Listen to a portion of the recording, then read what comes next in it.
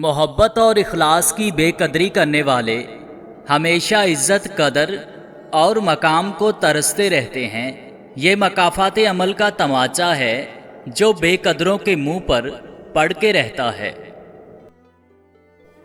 Relationship में शरारत होना लाजमी है, वरना मर्द और औरत दोनों एक दूसरे से बोर हो जाते हैं, और रिलेशनशिप में एक दूसरे से बोर हो जाना ये बहुत ख़तरनाक तरीन चीज़ है, क्योंकि रिलेशनशिप में बोरियत के नताइज बदतरीन साबित होते हैं। कहते हैं कि वक्त हर ज़ख़म का मरहम होता है, मगर वक्त के पास भी हर ज़ख़म की दवा नहीं होती। ताल्लुक़ भी आदमी की तरह होता है, पैदा होता है, बच्चा होता है, जवान होता है, बूढ़ा होता है और फिर मर जाता है। नीयत अमल और इरादे गलत हो सकते हैं, लेकिन तड़प हमेशा सच्ची होती है।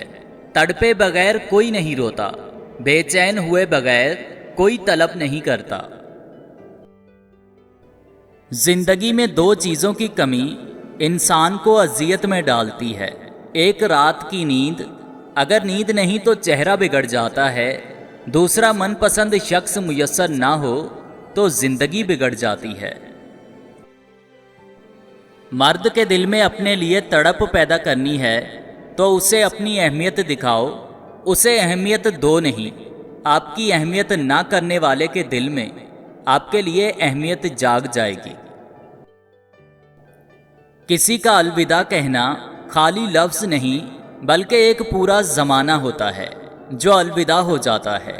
अलविदा कहने से सिर्फ एक इंसान पराया नहीं होता, बल्कि पराए हो जाते हैं बहुत से लोग। सड़कें, गलियां, कुछ गाने, किताबें, एहसासात, जज्बात और रूह, कोई ख़ास गांव, शहर, मोहल्ला, इलाका और हर वो चीज़ जो उससे मंसूब होती है।